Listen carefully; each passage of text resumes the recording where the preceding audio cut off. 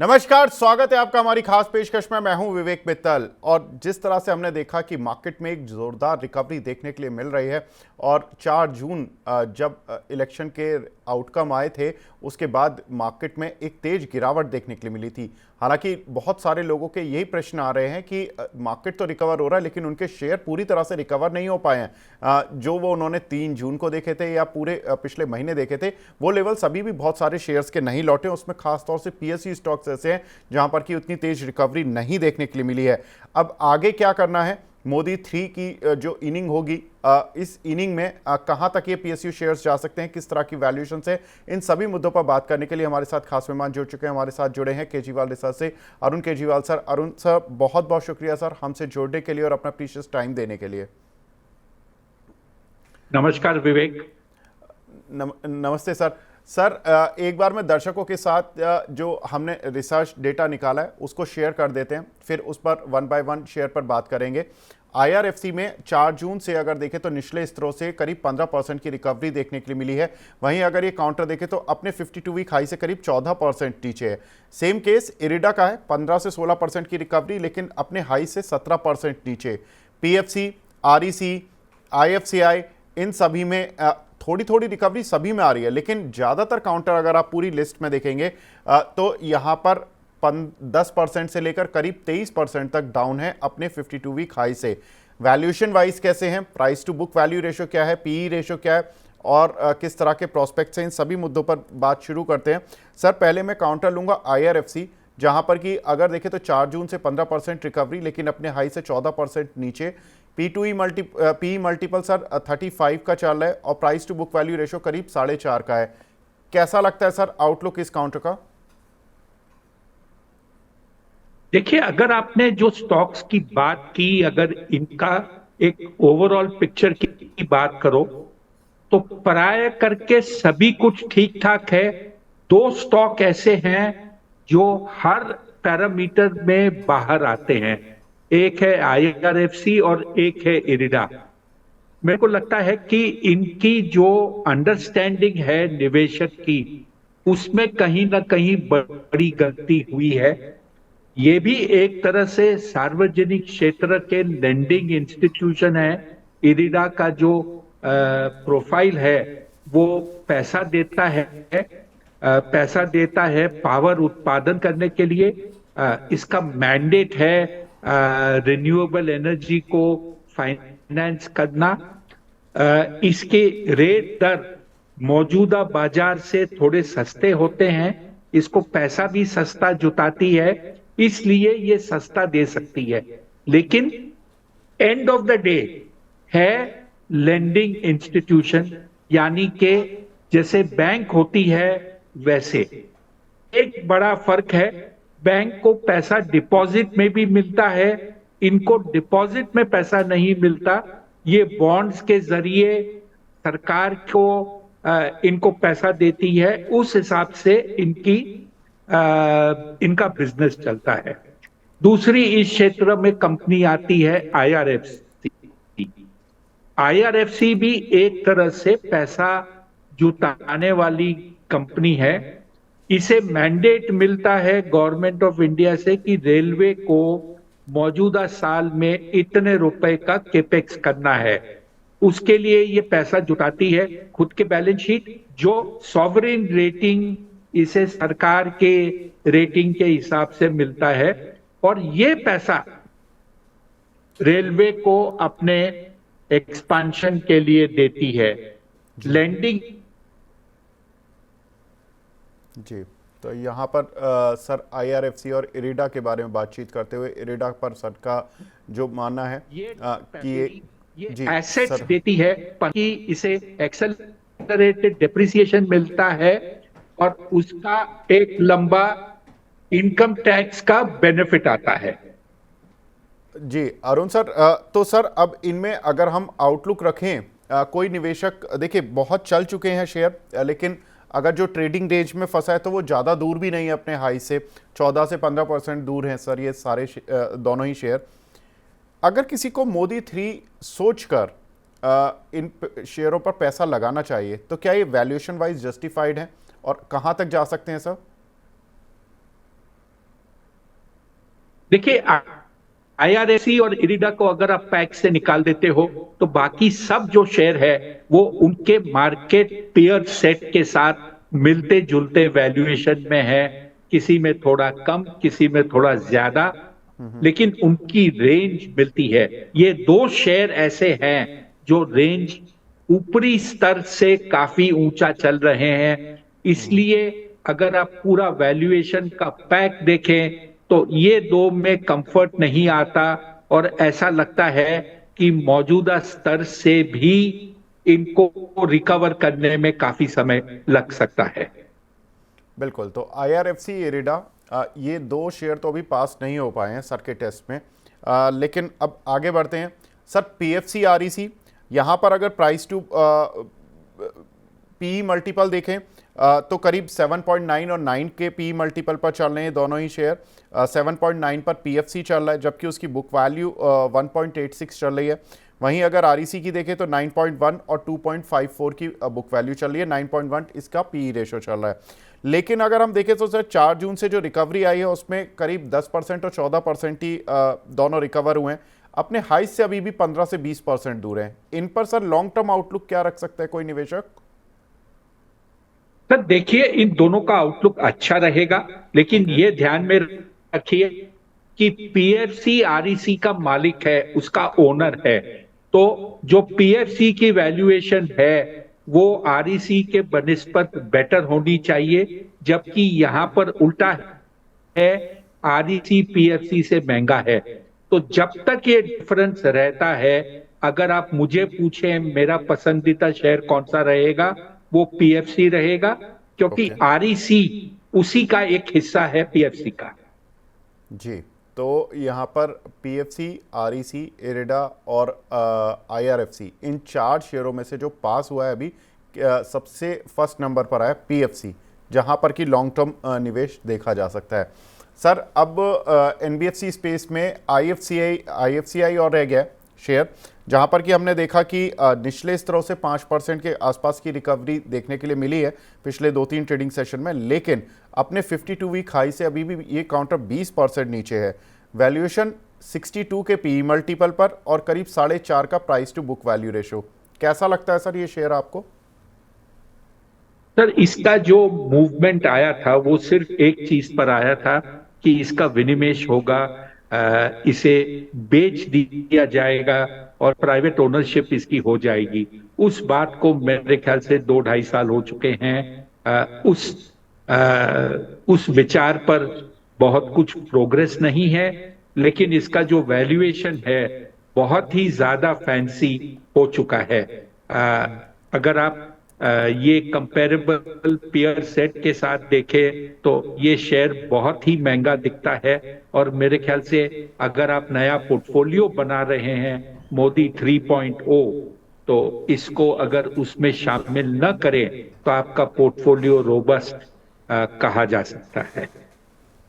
बिल्कुल। तो इसको मोदी 3.0 यानी कि मोदी जी की तीसरी पारी में इसको शामिल ना करें तो ज़्यादा बेहतर रहेगा। काउंटर काफ़ी चल चुका है। सर अब बात करते हैं पीएसयू बैंक्स की, जिसमें leader of the pack SBI से शुरू करते हैं।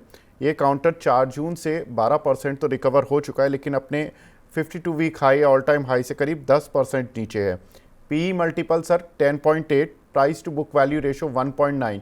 अगर मैं इसके पीएस में सरकारी बैंक से इसको कंपैरिजन करना चाहिए, इसके पीयर्स में प्राइवेट के दिग्गज लाइक आईसीआईसीआई, एचडीएफसी से कंपेयर करना चाहिए, और किस तरह से इसको जस्टिफाई करना चाहिए फॉर लॉन्ग टर्म सर? तो देखिए, बहुत इंपॉर्टेंट चीज ये है, मेरे ख्याल से 10-12 साल पहले, हो सकता है 13-14 साल हो, ये बैंक लॉस करती थी। ये कहां से कहां पहुंच चुकी है। पिछले साल फाइनेंशियल ईयर 24 में इसका जो प्रॉफिट है, कुल लाभ 1 लाख करोड़ रुपए से ऊपर है। कोई भी व्यक्ति इस टाइप के टर्नअराउंड को देखकर ये नहीं कह सकता कि सार्वजनिक क्षेत्र की कंपनी है। इसका प्रदर्शन प्राइवेट बैंक से कहीं भी कोई भी मात्रा पर या पैरामीटर पर उनसे कम नहीं है। मेरे ख्याल से ये आपके पोर्टफोलियो का एक इम्पॉर्टेंट हिस्सेदार होना चाहिए और इसे हर लिहाज में पोर्टफोलियो में रखना चाहिए। आप इसे प्राइवेट बैंक से कंपेयर करें, सार्वजनिक क्षेत्र के बैंक से कंपेयर करें, कोई मतलब नहीं है। देश के आधे जो पॉपुलेशन है वो इस बैंक के साथ कारोबार करती है। बिल्कुल, तो इस काउंटर पर बने रह सकते हैं निवेशक, और इसमें निवेश के लिए काउंटर काफ़ी अच्छा है। लॉन्ग टर्म पोर्टफोलियो में इसे रखा जा सकता है। सर, दूसरे जो दिग्गज बैंक हैं सरकारी पीएसयू बैंक्स में, सरकारी बैंक्स में, उसमें कैनरा बैंक और बैंक ऑफ बड़ौदा, इनका भी नाम काफ़ी आगे उभर कर आया और काफ़ी अच्छे से लिया जाता है, क्योंकि इन काउंटर्स ने पिछले 2 साल में अच्छे रिटर्न्स दिए हैं इन्वेस्टर्स को। लेकिन 4 जून से अगर हम देखें तो कैनरा बैंक करीब 25% और बैंक ऑफ बड़ौदा 14% रिकवर हुआ है, लेकिन अपने हाई से ये दोनों ही काउंटर करीब अभी भी 10% नीचे हैं। अगर मैं कैनरा बैंक की वैल्यूएशन देखूं तो 12 का पीई मल्टीपल और 1.2 की price to book value ratio, bank of Baroda का पीई मल्टीपल 7.4 और price to book value ratio 1.13। Sir, कैसे देख रहे हैं इन दोनों ही काउंटर को? अट्रैक्टिवली वैल्यूड है विवेक। मेरे ख्याल से मीडियम टर्म में अगर कोई इसको पोर्टफोलियो में शामिल करता है तो उसे अच्छे रिटर्न मिलेंगे।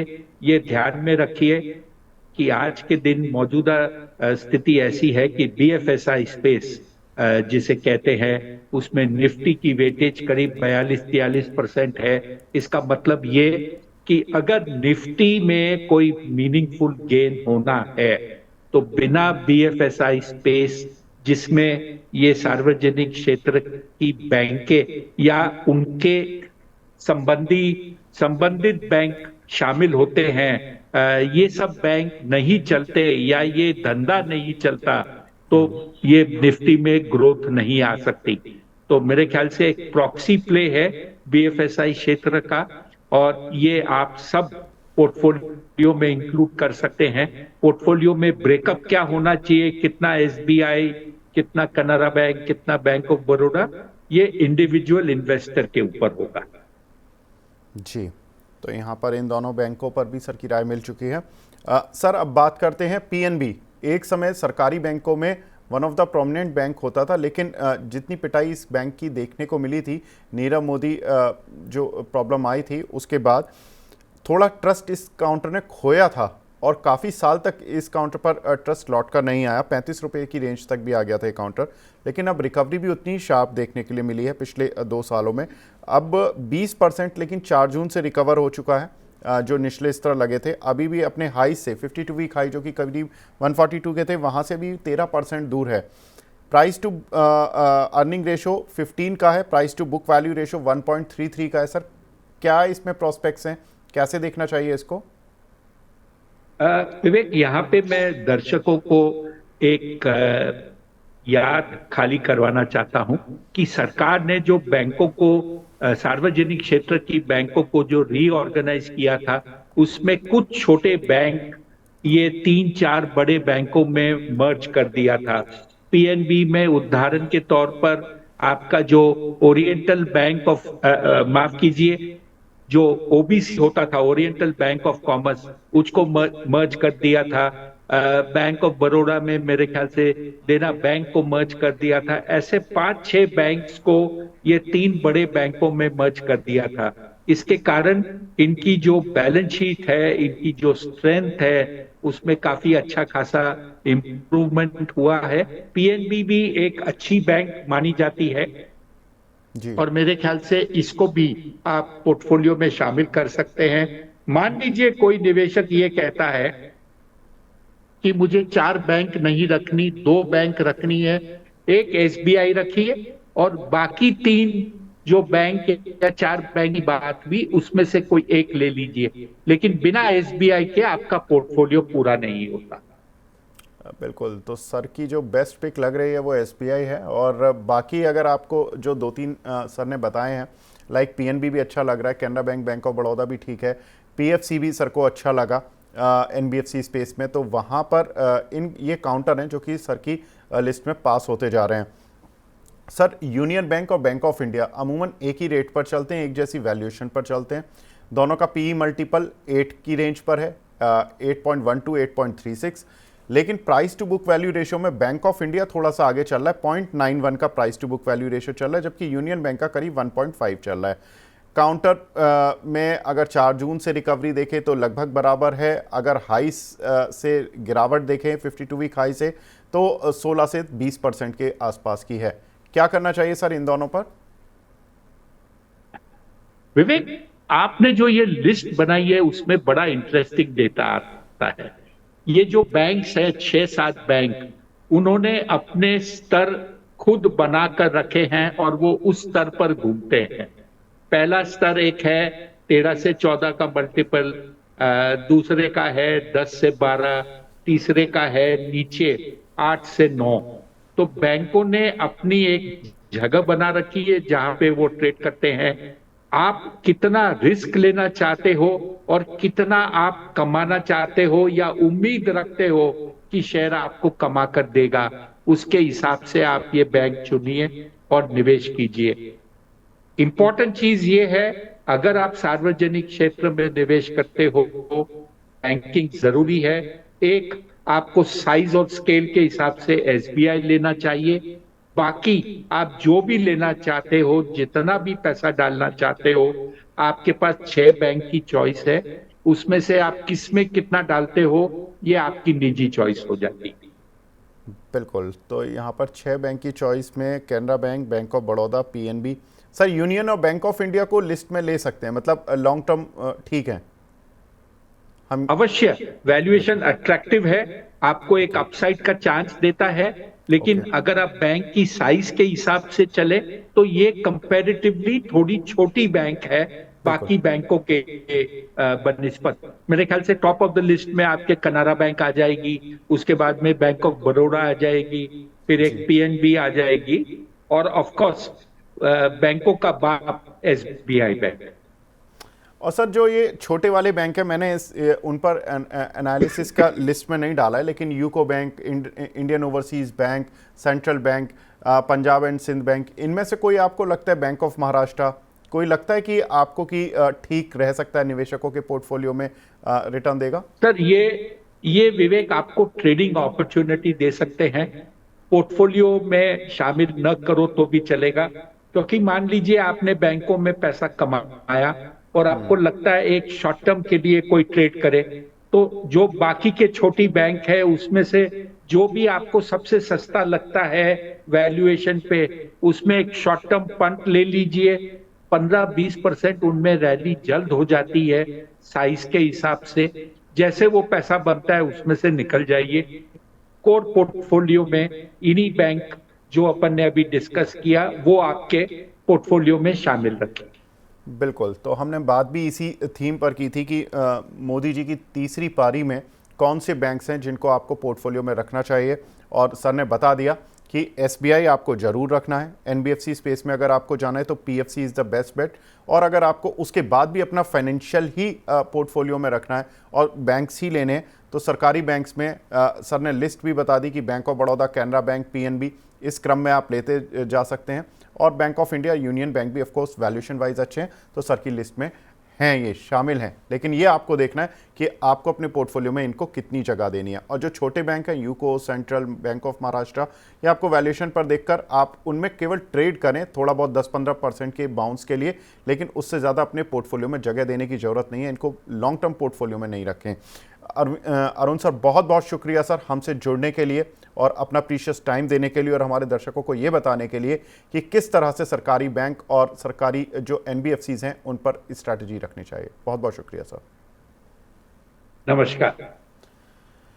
तो ये थे अरुण सर, जिन्होंने कि बताया कि किस तरह से आप पीएसयू शेयरों में, खासतौर से जो फाइनेंशियल साइट से जुड़ी कंपनियां हैं, उन पर क्या स्ट्रैटेजी बनानी चाहिए। तो इस फिलहाल पेशकश को यहीं पर विराम देते हैं। नमस्कार।